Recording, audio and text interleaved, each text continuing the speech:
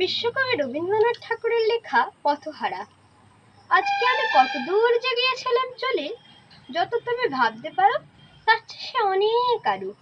শেষ করতে পারবো না তা, তোমায় বলে বলে অনেক দূর সে, আরো দূর সে, আরো অনেক দূর। মাঝখানেতে কত যে বেত, কত যে বাঁশ, কত যে ক্ষেত, ছাড়িয়ে ওদের ঠাকুর বাড়ি, ছাড়িয়ে তারিণপুর পেরিয়ে গেলেম। যেতে যেতে সাতকোশে সব গ্রাম, ধানের গোলা গুনবো কত, জোরদারদের গোলার মতো সেখানে যে মোড়ল কারা জানি নে তার নাম।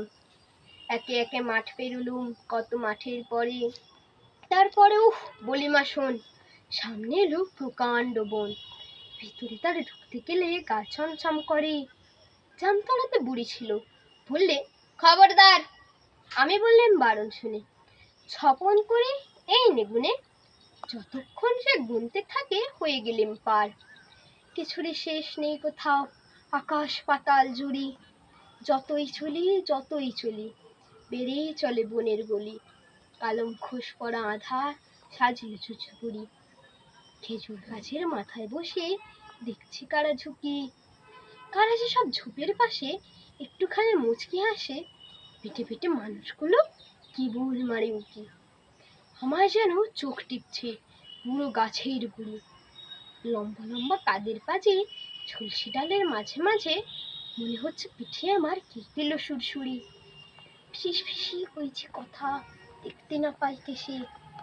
অন্ধকারে দূর দাঁড়িয়ে কে যে কারে যায় তাড়িয়ে, কি জানি কি গাছ এঁটে যায় হঠাৎ কাছে এসে।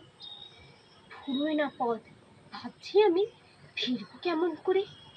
সামনে দেখি কিসের ছায়া, ডেকে বলি শিয়াল ভায়া, মায়ের গায়ের পথ তোরা কেউ দেখিয়ে দে না মোরে। ওই না কিছুই, চুপটি করে কেবল মাথা নাড়ে।